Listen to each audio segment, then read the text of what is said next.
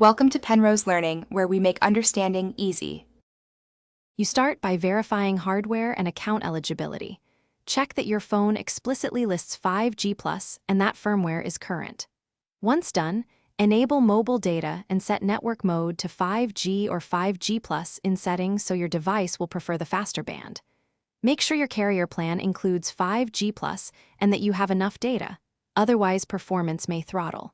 If prompted, restart the phone to apply carrier profile updates and confirm signal indicators show 5G+. Next, optimize how your phone connects.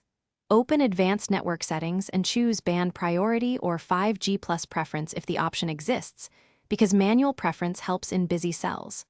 Once done, disable Battery Saver and any adaptive data caps so the radio runs at full power during critical tests.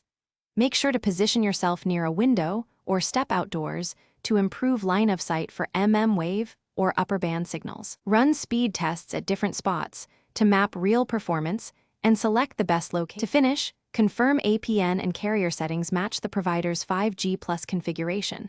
Reapply or reset them if the phone won't attach. Once done, test with a second 5G+ device or swap SIM cards to determine whether the problem is the device, SIM, or network.